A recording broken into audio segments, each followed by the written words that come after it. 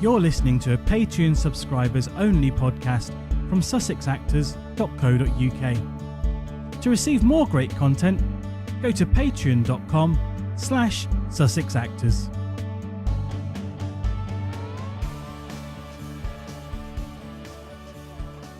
Hello, this is Guy Wah of sussexactors.co.uk. I'm really excited to be talking to you today because I'm about to bring you an interview that I did with David Middleton, who runs the Bewilder Box escape room game in Brighton. This is what I hope to be the first of many podcasts where we talk to people within and on the fringes of the industry who can offer actors work outside of the traditional routes. Escape room hosting is one of the newer jobs that is appearing more and more. So I'm going to talk to Dave about what he's looking for in a escape room host and how you can best present yourself when applying for such a job. Now, he does have an opening at the moment. I'm recording this on the 26th of February 2018, and they currently have a vacancy for game hosts. In the interest of full disclosure, I will tell you I am one of the existing hosts, and I have to tell you, it is fantastic fun. It is the best job I've ever had. Watching people struggle and being able to help them is amazing fun. So I thoroughly recommend it for any actor who's looking for some regular work to sustain them outside of their regular acting work. Now, before we get to the interview with David, I'd just like to say that if you enjoy this, I'd really appreciate it if you went to patreon.com/SussexActors, where you'll see that I'm redeveloping the brightonactors.co.uk website into something far more useful that will hopefully provide more paid opportunities to actors both inside and outside of the industry. The pledges start at just £1 a month, and every penny that you help means that I can spend more time on the site and indeed more money on the site, because there are a number of plugins and things that we need to obtain to make the site fully functional. Anyway, that's enough from me. I'm going to hand you over now to the interview I did with David, and I hope you enjoy it. So I'm here with David Middleton from the Bewilder Box. David, thank you for coming out in the freezing cold weather today. My pleasure. We are here to talk about escape room games as an alternative form of employment for actors when they're not working in the traditional, in inverted commas, acting industry. The escape room game scene is one that is blossoming in the UK at the moment. It seems to be a constant explosion of new games coming out. So, David, for those who don't know, can you start us off by telling us exactly what a escape room game is? Absolutely. An escape room is essentially a team activity in which you and the rest of your group have to solve a series of increasingly challenging puzzles against a time limit. That's kind of it in a nutshell, really. It's kind of like the Crystal Maze. Indeed, Bewilder Box, the game that you run with Dave Staffel, has been described as Crystal Maze meets Secret Cinema. Was that right? Yes, that's right. Described by us. I'd just like to clarify. Oh, described by you. Okay. Described by us as the Crystal Maze meets Secret Cinema. Yeah. Excellent. It'd be a great press quote if it was from someone else. So how would you describe the Bewilder Box experience to someone who's not been near it or not seen any of it? So essentially, we've taken the traditional escape room formula, 60 minutes time limit to solve the puzzles and escape, but we've added an immersive theatre element. So not only are our customers taking part in a game or playing a game, they're also taking part in an immersive story which unfolds as they play through. And that involves interacting with various characters and finding story elements as they go. Is that where the actors come into it to help tell the story? Yeah, I mean, we have actors who are doing pre-recorded parts. So we've got a guy called Paul Flanley who does the Nightmare Live stage show. He is a reoccurring character for us. We've also got Hugo Myatt, who played Treguard in the 80s children's television show Nightmare. In the most recent one, Judgment Day, which is opening very, very soon, we also have Norman Lovett, who voiced Holly in Red Dwarf. But in person, we have our game hosts who are portraying various characters within the Bewilder Box world. So yeah, the teams are interacting with these people, and basically it's their job, our host's job, to deliver the game and manage the experience, but do the whole thing in character and sort of create and build on the world that we've made. So can you set the scene for us with Bewilder Box? What's the storyline without giving away any spoilers? What can the customers expect and what can the game host expect? So the Bewilder Box initiative in the story context is a top secret organization that was founded in the 1980s by the genius scientist Dr. Benjamin Wilder Sr., who's played by Hugo Myatt, Treguard from the 80s TV show Nightmare. And the organization's responsibility is basically to rebuild the human race in a worst case scenario. So a zombie apocalypse, a robot uprising, dinosaur attack, that type of thing. But Dr. Benjamin Wilder Sr. mysteriously disappears while coming up with a breakthrough for something called Project Arc. And basically, the whole initiative is shut down until present day, when it's brought back to life by his son, Dr. Benjamin Wilder Jr. Now, our players are new recruits who are coming in to take an assessment to basically find out whether or not they are suitable to join the initiative. But they also have to uncover the story of what happened to Dr. Benjamin Wilder Sr. So once the candidates, that's the players of the game, are in the Bewilder Box and the game host has introduced them and led them into the space, are they then on their own? No, they're not on their own. They will have the opportunity to get help from the Bewilder Box supercomputer, the data analyzing virtual entity, or Dave, as he's known for short. What a great acronym that is. But yeah, Dave is basically, he's kind of like your Holly from Red Dwarf type character. He's a floating computer head that the players interact with. And behind the scenes, our game hosts are also playing the part of Dave. So we use a piece of face mapping software that basically maps the face of the actor using a small camera. And they're talking into a microphone that uses a voice changing pedal, voice changing effect. So they are playing the part of Dave, essentially as a digital puppet to guide the players through the experience. It sounds like a great opportunity to have fun with the players in the game. Absolutely. I mean, some of the players are, we get some teams who are super, super smart and they just don't require any help at all. But we still want to give them that engagement with Dave. It's all part of the experience. So, yeah, in that circumstance, Dave can become a little bit more jokey, a little bit more snarky. He might poke fun or sing happy birthday or say bless you when someone sneezes or, whatever. It's a good opportunity just to have a lot of fun with the players.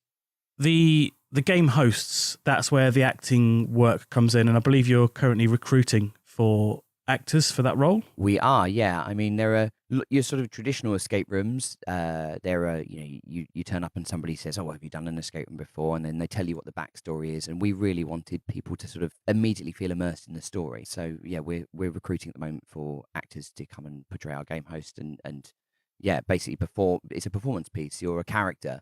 Your job's to immerse our players within the world and also improvise on the spot because you're dealing with members of the public and obviously sometimes they play ball, sometimes they don't. You've got to roll with the punches. Great. So I guess that leads to the question, what skills does a performer need to perform as a game host? For us, there's a large amount of improvisation involved. You've really got to roll with the punches and deliver a performance that's specific to that group. Obviously, you get some groups who are really happy to play along and play ball and some that don't. So you need to be able to change your performance on the fly for that. We're also looking for creative people as well. In terms of the characters, we don't give you a set character to play. We allow our performers to choose a character and develop it as they go along. So, having a little backstory that you've written and sort of, creating a bit of creativity and a large amount of improvisation and confidence, of course. So someone who can create a world around a character? Absolutely, yes. So, we encourage our performers to create a bit of a backstory and to inhabit their characters and come up with their own jokes and their own gags and So what about other skills? I mean, with escape rooms, there's a lot that can go wrong technically, isn't there? Yeah, so the performance is half of the job, half of the role, I suppose. The other half is actually running the games. So, there's a lot of pushing buttons and pulling levers and being able to think on the spot. If something does go wrong, sometimes, as inevitably, it's not something that we've actually allowed for or planned for. You've got to be able to think, okay, right, how can the show carry on here? How can I move the players past this point and not break their immersion or ruin their experience? So you're recruiting for game hosts at the moment. I believe the deadline is the 4th of March for applicants. That's 2018, just in case this lingers on the internet for a few years. For any interested parties, how do they go about applying? And do you have any tips for them as to how they can best prepare for their application? So, if you want to apply for the role as game host at Bewilder Box, we need you to send a CV and a covering letter to office@bewilderbox.co.uk, along with a response to the sentence, "I will make a great host at Bewilder Box because ... Whatever you put in that ... is obviously up to you. With regards to tips, I mean, just be yourself in your application. We get a lot of kind of your sort of robotic standard cookie cutter applications that come through, and what we're really looking for is big personalities. And the more that shines through in your application, in your written word, then the more interested we're likely to be. So that's quite an interesting dynamic in that you are looking for people who can play a character, but actually, just as importantly, you want people who are confident in being themselves. Oh, absolutely, yeah. I mean, Bewilder Box is as much about a sort of a team mentality as anything else. We don't want people that can just come along and do the job. We want people who we like and hopefully like us. We're a proper team. But yeah, we're looking for people who are confident in performing and being their characters, but also within their own skin as well. And one of the questions actors will always ask when it comes to committing to a job is how much flexibility is there in the hours and the work that is available? It really varies on which role we're actually looking for at the time. Some of our job roles are done on a very flexible basis. The idea is that we're looking for people to plug in gaps. So, we can commit to a certain amount of hours per week, and we're very, very flexible with where those hours are done. We also allow time off for auditions or other jobs, that kind of thing. On the flip side of that, we also are looking for people to plug permanent gaps. So, if we want someone who's going to come in on a Sunday evening, then we expect them to be committed to working every single Sunday evening. That said, we allow our hosts to flip and change between them. We prefer to employ lots of people on a smaller hour basis, just because it gives us that flexibility. So, if you're coming into work and all of a sudden you get a job last minute, there's 5 or 6 other people that can swap shifts with you. Again, that's part of putting together that team mentality. Everyone wants to help each other out. It's a tricky balance, isn't it? Because you've got, on the one hand, you've got performers who, by their nature, or creatives, generally need a flexible lifestyle and a flexible working pattern so they can get time off for auditions and time off to attend other filming, whatever it is. But at the same time, you've got to run a business and you need to make sure that is staffed for all the time that the game is open. How do you plan to address that? I mean, it really is a double-edged sword for that exact reason. The fact that we want people who are in a creative industry, and also as well, a lot of people who come to us are looking for sort of that regular piece of work that they can have as a side to whatever other projects they've got on. Yeah, it's tough. I mean, basically that our solution is purely to employ as many people as possible on a smaller basis so we can have that flexibility. Also, myself and David Staffel, the other business owner, we're both game hosts as well. There's 2 of us, so we're always ready to jump in. So far, we've not had to say to anybody, no, we can't accommodate this time off. We've always been able to do it. Great. I guess the one thing we haven't mentioned so far, or rather one thing we haven't gone into great detail of, is the second game that is opening, which you mentioned is called Judgment Dave. Absolutely. What can you tell us about Judgment Dave? So Judgment Dave is a sort of sequel in the truest sense. Basically, we made Bewilder Box a year and a half ago, and we're very, very proud of it. We're very proud of all the puzzles and everything we've done, and we've had a really, really good response from people that have come to see us, but also from the escape room industry as a whole across the UK. It's considered in quite high regard to be a very good game. But we still felt that we weren't sort of firing on all cylinders. We had a lot of limitations in terms of budgets, in terms of our skill set, in terms of where we were, our experience, what we learned. So Judgment Dave is about creating a new experience that is the culmination of everything that we've learned to date. So it's basically the same thing, but bigger and better and more exciting. So for any actors interested in applying for the roles that you currently have available, where do they need to go? So if you go to our Facebook page, facebook.com/bewilderbox, there is a post there. That's how we put it up. And basically that contains all of the information with regards to what we're looking for in the host, how you apply, what the rates of pay are, all of that kind of business. It's all there. Alternatively, if you've got any questions, you can just email us, office@bewilderbox.co.uk, and we'll be happy to chat with you. Great. I've also shared that in the brightonactors.co.uk Facebook group, which you can find at facebook.com/groups/brightonactors. That will, of course, be being rebranded to Sussex Actors in due course as well. But for now, that's where it is. So the closing date for applications is the 4th of March.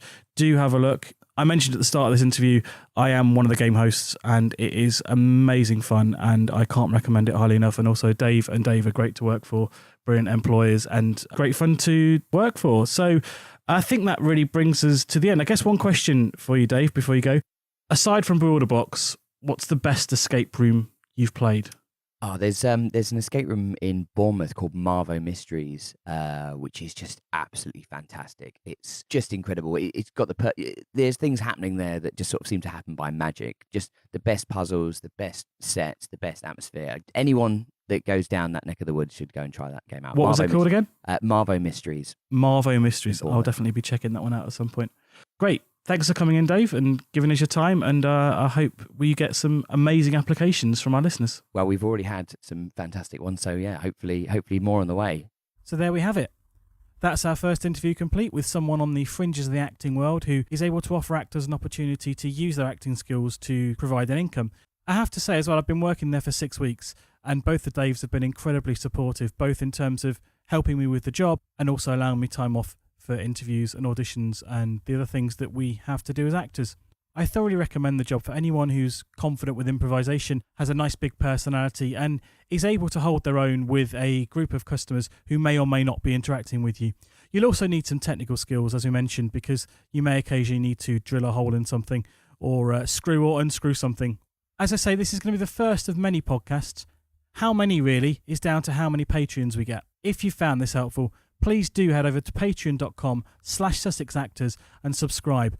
You can subscribe from just £1 a month, which is very competitive when you consider what other casting sites charge. And the more patrons that we have, the more functionality we can add to the site. I'm also promising that anybody who becomes a patron of the site will have a say in what features are added to the site. You'll also get an insight into the various processes that go on behind the scenes. Anyway, that's all from me for now. I hope you found this helpful, but why don't you perhaps go and learn that monologue you've been threatening to learn for a few months now. See you later. You've been listening to a sussexactors.co.uk podcast. If you found this helpful, why not head over to patreon.com/Sussex Actors and become a patron. You'll receive even more great content like this. This podcast was hosted and produced by Guy Waugh and ZLS Creative.